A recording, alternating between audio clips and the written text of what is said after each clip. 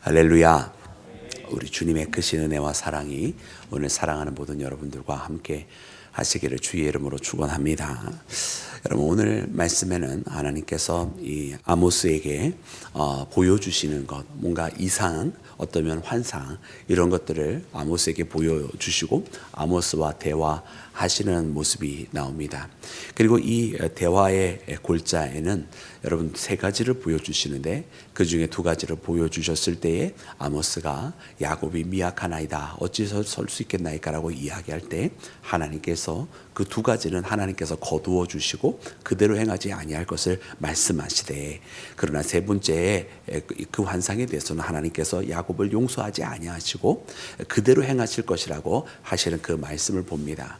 그래서 이와 같은 것들에 대해서 여러분, 우리가 말씀의 그 뜻을 깨닫고 하나님께서 무엇을 지금 이 아모스에게 명령하고 계시는 것인지를 함께 말씀을 통해 묵상하고, 또 하나님께서 그러나 마지막에도 거두지 아니하실 일은 무엇인지를 우리가 꼭 깨달아서 우리 가운데서도 하나님께서 거두실 것이 있고 그러나 거두지 아니하실 것이 있다라고 하는 것을 발견하면서, 여러분, 우리가 하나님께 은혜의 하나님이시고 분명히 우리를 한없이 용서해 주시는 하나님이시긴 하지만, 그러나 우리가 끝까지 돌아서지 아니할 때에 마지막에 우리에게 거두지 아니하실 것은 무엇인지 알아서 여러분, 우리가 반드시 하나님 앞에 여러분 이것으로 말미암아 걸림이 되지 아니하는 믿음의 자녀가 되기를 주님의 이름으로 축원합니다.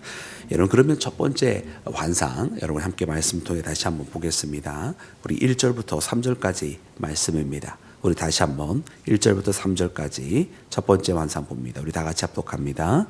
주 여호와께서 내게 보이신 것이 이러하니라. 왕이 풀을 벤 후에 주께서 메뚜기를 지으심에 메뚜기가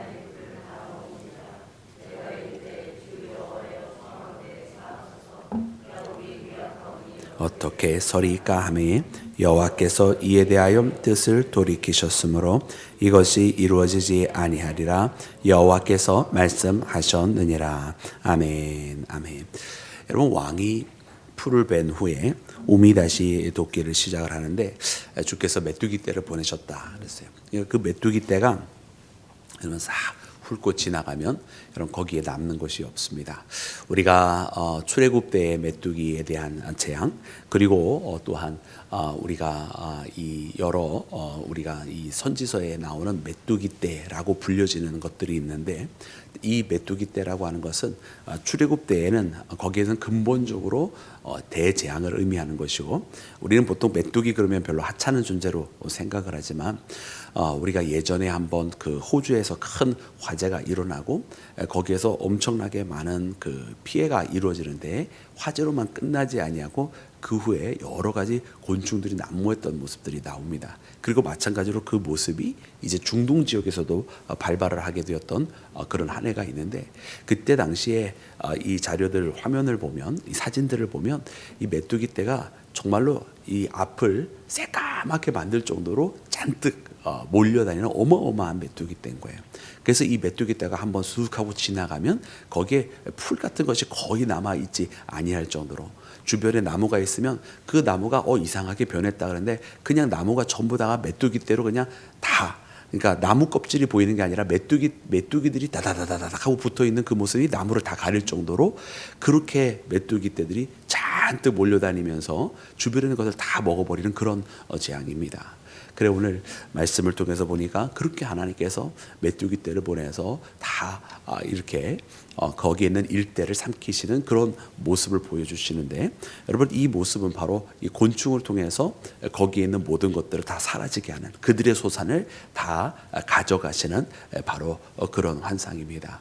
또한 우리가 이 메뚜기 떼는 군대를 의미하기도 합니다. 그래서 이방 군대가 쳐들어오게 되었을 때에 마치 이 메뚜기의 재앙이 거기에 있는 모든 소산들을 다 가져가는 것과 마찬가지로 이방 군대가 쳐들어왔을 때에 이스라엘에 남는 것이 없이 다 소멸시키는 그런 모습, 그저 양반처럼 조용히 길이 만들어지면 그 길로 지나가는 그런 것이 아니라, 이 마치 군대가 한번 지나가면 거기에 있는 모든 것들을 다 아스라트리고 사라지게 만들고 파멸시키는 여러분 그런 재앙을 하나님께서 말씀하시는 말씀하실 때 바로 이 메뚜기 재앙이라고 하는 표현으로 하셨던 것을 보게 됩니다.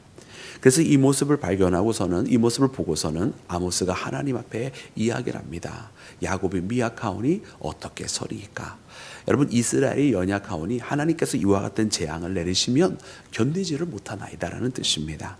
아모스가 이렇게 하나님 앞에 구할 수 있었던 것은, 여러분, 아모스는 무엇을 알고 있었을까요? 하나님께서 지금 자신의 입술을 통해서 이스라엘에 대한 징계와 그들에게 다가올 환란이라고 하는 것을 지금 선포하고 있음에도 불구하고, 아모스는 하나님께서 이와 같은 말씀을 하시는 것은 이스라엘을 버리시기 위함이 아니라 궁극적으로는 저 이스라엘을 다시 살리기 위한, 여러분, 하나님의 채찍이요, 하나님의 매였던 것을 그 누구보다도 잘 알고 있는 아모스였기 때문에, 혹 이 메뚜기 재앙이 그들에게 닥쳐지게 되었을 때 이것을 통해서 그들이 다시 일어날 수 있어야 되는데, 아모스는 그 모습을 바라보면서 너무나 두려웠던 것은, 저 심판의 매가 이르게 되면 이것을 통해서 다시 돌아오기는커녕 그 심판의 그 매가 너무나 무겁고 엄중하여 그대로 쓰러지고 두 번 다시 일어나지 못할 것을 하나님 앞에 호소하였던 것입니다. 그래서 야곱이 어찌 설 수 있겠냐고, 야곱의 미약하오니 어떻게 서리이까라고, 하나님 너무나 무겁습니다, 하나님 너무나 감당하기 어렵습니다라고 그렇게 하나님 앞에 탄원하였던 것입니다. 그때 하나님께서 이것을 거두어 주신 말씀이 바로 이 첫 번째 환상에 대한 내용이에요.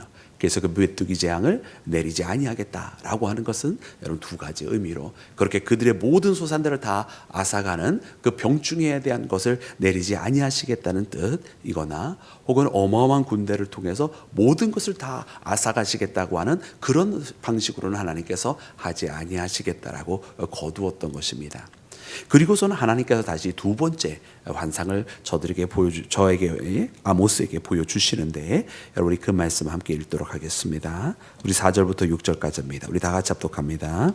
주 여호와께서 또 내게 보이신 것이 이러하니라. 주 여호와께서 명령하여 불로 징벌하지, 불이 큰 바다를 삼키고 육지까지 먹으려 하는지라. 이에 내가 이르되 그치소서.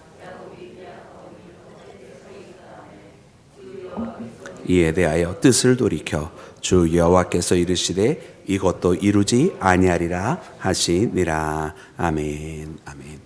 여러분, 하나님께서 두 번째 이 야곱에게 보여주신 환상은 큰 불이었습니다. 여러분, 이 말씀을 읽으면서 저는 조금 약간 어떤 상상을 해보았냐면, 얼마나 큰 불이었을까. 왜냐하면 이 말씀 가운데 있는 것을 보면 이 큰 불이 일어나는데, 이 불이 큰 바다를 삼키고, 그러니까 거기에는 어마어마한 여러분 큰 바다가 있는데, 그 바다도 이 불에 의해서, 보통은 여러분 이 불이 그 바다에 이르게 되면은 불이 끝나는 거 아닙니까? 근데 그 바다를 다 삼킬 정도로 이 불이 엄청난 거죠. 그리고 이제 육지도 삼키려고 한다. 이제 바다에 있는 물도 다 말라져 버리고 육지까지 삼키는 그런 큰 불을 하나님께서 보여주신 거지 않습니까? 근데 이 육지를 먹는다라고 하는 표현이 참 기가 막힌 것 같아요. 왜냐하면 여러분 용암이 흐르는 모습을 한번 보셨나요? 그러니까 용암이 흐르는 모습을 보면 그 용암이 쭉 하면서 천천히 무겁게 흘러내리는데, 정말 이 용암이 쭉 흘러가면서 거기에 있는 땅에 있는 모든 것들을 정말 먹는 것 같은 느낌으로 쑥 하고 이렇게 지나가면서 일대가 다 마치 그 속으로 잡혀 먹혀 들어가는 것 같은, 그리고 주변을 불에 쑥 하고 타면서 그 마치 이 용암에서 쭉 지나가는 그것이 정말 그 주변이 먹힌다라는 느낌이 드는 그런 장면을 아마 여러분들 혹시 보신 적이 있을지 모르겠습니다. 정말 그런 기가 막힌 표현인데, 먹힌다는 표현이 정말 맞더라고요. 그래서 그런 모습을 봐요. 그런데 그런 용암조차도 바다에 이르게 되면 거기서 많은 이제 수증기가 일어남이 있지만은, 그러나 그 용암이 바다에 이르러서는 그냥 바다에서 끝나 버리는데, 지금 이 불은 어마어마한 하나님의 불을 보여주신 거예요. 그래서 우리가 그 용암의 모습만 봐도 그런 느낌을 받는데, 이 큰 불은 심지어 그 큰 바다까지도 다 삼키고 있으니, 여러분 어떻게 어떠한 화제이었겠습니까? 그러니까 하나님께서 어마어마한 불을 보여주신 거지요. 그런데 하나님 앞에 아모스가 다시 한번 구합니다. 하나님, 야곱이 미약합니다.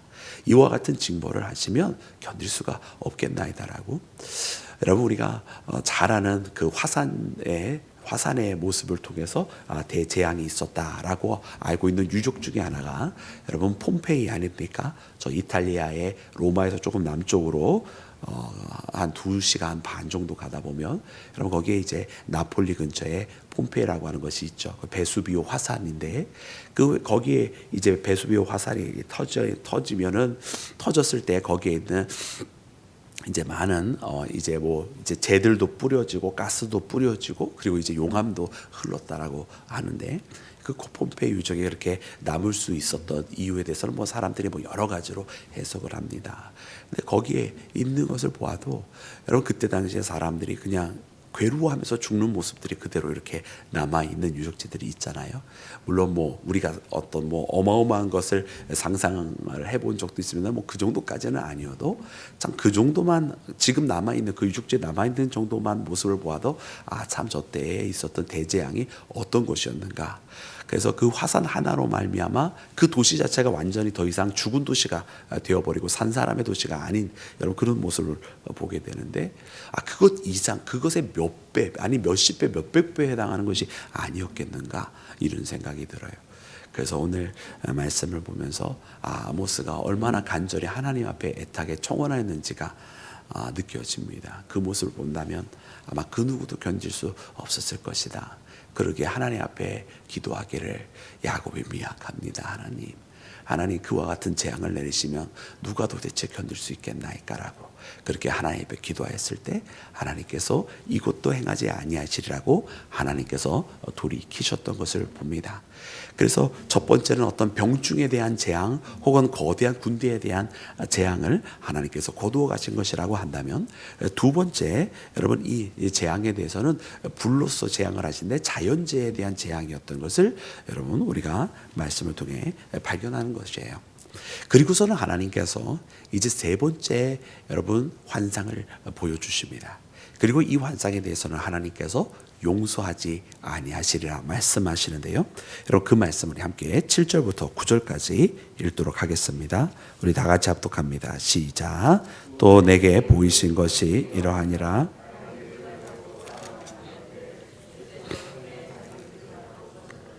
여호와께서 내게 이르시되 아모스야 내가 무엇을 보느냐.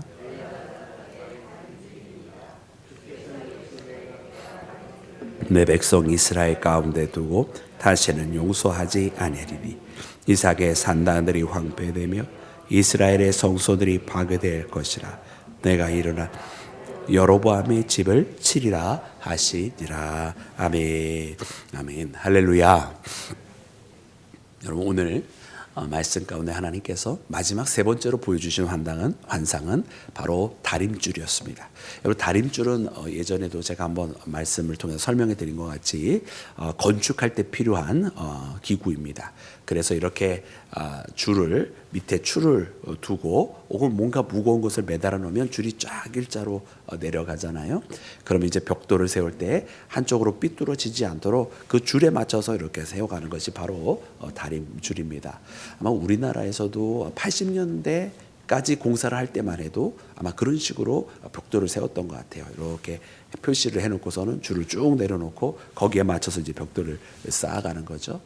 그래서 이 다림줄의 의미라고 하는 것은 무엇이냐면 하나님의 기준을 말씀하시는 거예요.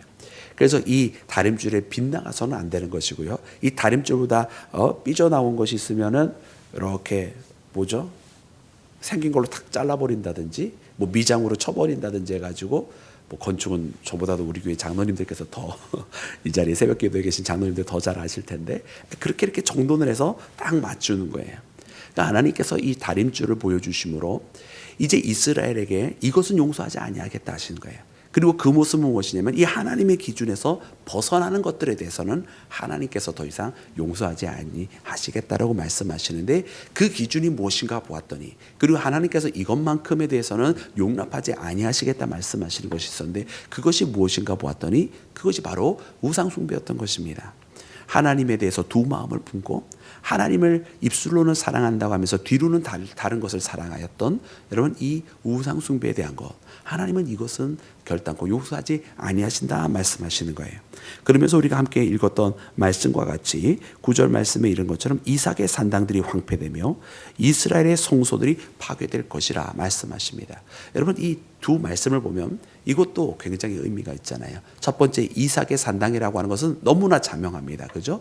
이 이삭의 산당이라고 하는 것은 여러분 거기에서 정말로 이 어떻게 보면 하나님을 섬기지 아니하는 아주 명확하게 드러나는 그 어떻게 보면 그 외적인 모양들을 가지고 있는 것들, 이미 산당이 되어져 있는 것들을 의미하는 것이고, 근데 두 번째로 충격적인 것은 무엇이냐면 이 예루살렘에 있는 이스라엘의 성소들이라고 말씀하고 있어요. 그러니까 이 예루살렘에 있는 성소뿐만 아니라 여러분 거기에서 이제 하나님을 위한 제단들이 또 있는 거예요. 그래서 저 제단이 하나님을 위해서 올려지고 만들어졌는데 여러분 그 제단들이 여러분 하나님께서 그것들에 대해서 말씀을 하신다고 하는 이유는 무엇이냐면 겉으로는 하나님을 섬기는 것 같지만 그래서 거기에는 제사라고 하는 형식이 들어가 있지만 실제로 그 제사를 드리는 백성들이 하나님을 향하여 참된 예배를 드리지 아니하였다. 참된 희생을 드리지 아니하였다. 그러므로 하나님께서 어떻게 하시느냐? 여러분 그 모든 것들을 산당들뿐만 아니라 성소들까지도 하나님께서 다 없애버리시는 거예요. 그러므로 여러분 우리는 이 말씀에 대한 엄중한 의미를 깨달아야 합니다. 여러분 우리가 나중에 우리가 예레미야에 대해서도 말씀을 읽을 때에 성전이 더 이상 성전의 역할을 하지 못했던 것을 봅니다. 성전 안에 있는 제사장들조차 우상을 뒤로 숨기고서 거기서 행하고 있었고 거기에 있는 많은 성기구들이 이방에서 가져온 것들이 나타나기를 시작을 했고 더 이상 이 성전은 하나님을 향한 성전이라고 말하기에 너무나 부끄러웠던 것을 깨닫게 됩니다.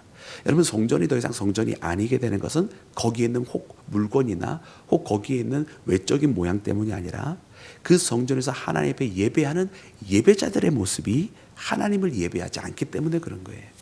그러니 오늘 이 두 번째 나와 있는 이스라엘의 성소들을 말씀하실 때는 여러분 우상을 섬기기 위해서 만들어진 제단이 아니에요. 이는 여호와 하나님을 위해서 만들어진 제단이었지만 그러나 그 예배자들이 하나님 앞에 예배하지 않고 있었기 때문에 하나님께서 그 제단들까지도 다 없애버리시겠다고 말씀을 하시는 것입니다. 그래서 사랑하는 여러분 오늘 우리는 우상숭배라고 이야기할 때는 우리 믿음의 사람들은 관계없는 이야기야 라고 말을 할 수가 없는 거예요. 여러분 저 산당들을 이야기할 때는 바로 안 믿는 자들 혹은 우상을 섬기는 자들 그런 이야기를 할 수 있겠지만 이스라엘의 성소들을 이야기할 때는 우리들을 다 포함하는 거예요. 과연 우리들은 진정한 예배를 드리고 있느냐? 여러분 우리가 함께 모였을 때 하나님 안에 집중하고 있느냐? 여러분 오늘 이 말씀을 들으면서 여러분 우리가 꼭 반드시 하나님 안에 집중하며 예배하는 참된 하나님께서 기뻐하시는 믿음의 성전이 되기를 주의 이름으로 축원합니다. 그러면서 하나님께서 그들을 용서하지 않겠다고 하시면서 결국은 여로보암의 집을 칼로 치겠다고 말씀하셨어요. 결국은 첫 번째 환상처럼 메뚜기의 재앙과 같이 모든 것을 다 앗아가시는 혹은 큰 군대를 부르셔서 모든 것을 다 파멸시키는 그런 일은 아니지만 그러나 결국은 전쟁의 칼을 통해서 저들을 심판하시게 되는데 여러분 여로보암은 여러분 잘 아시는 것처럼 북이스라엘의 첫 번째 왕조입니다. 그래서 여로보암 1세와 여로보암 2세 여러분 하나님께서 여로보암의 집을 지시겠다 말씀하시는 것은 그래서 북이스라엘을 지시겠다 말씀하시는 것이고 우리가 아모스 1장을 통해서 본 것처럼 지금 아모스가 활동하는 이 장소도 북이스라엘이고 그리고 아모스의 시대도 아합의 시대로부터 시작이 되는 북이스라엘이 가장 부패했던 당시였던 것을 보게 됩니다. 그래서 이 세 가지 환상을 보여주시면서 마지막 이 다림줄 아모스야 네가 무엇을 보느냐 다림줄이니이다. 그때 하나님께서 이것을 용서하지 아니하시겠다고 하시면서 바로 이 여로보암의 집에 칼로스 치시겠다 하셨던 것입니다. 여러분 하나님의 그 다림줄 여러분 오늘 이 시대에도 우리 가운데 있습니다. 하나님의 명확한 기준. 여러분 우리는 그 명확한 기준이 이렇게 예배를 하면서 주의 말씀과 만나면서 그 기준이 무엇인지를 너무나 잘 알고 있습니다. 그러나 오늘 우리가 분명히 더욱더 이 시간 말씀을 통해서 바로 세움을 받아야 되는 것은 그 하나님의 다림줄이 무엇인지 아는 것으로 족하지 아니하고 우리가 그 다림줄에서 벗어나 있지 아니하여야 한다라고 하는 것. 여러분, 오늘 우리가 하나님께서 우리에게 주시는 그 말씀이 우리에게 다림줄이 되어 있습니다. 이제는 우리가 그 다림줄에 맞추어지고 그 다림줄에서 벗어나지 아니하는 믿음의 길을 함께 걸어가기를 주님의 이름으로 축원합니다. 우리 함께 기도하겠습니다.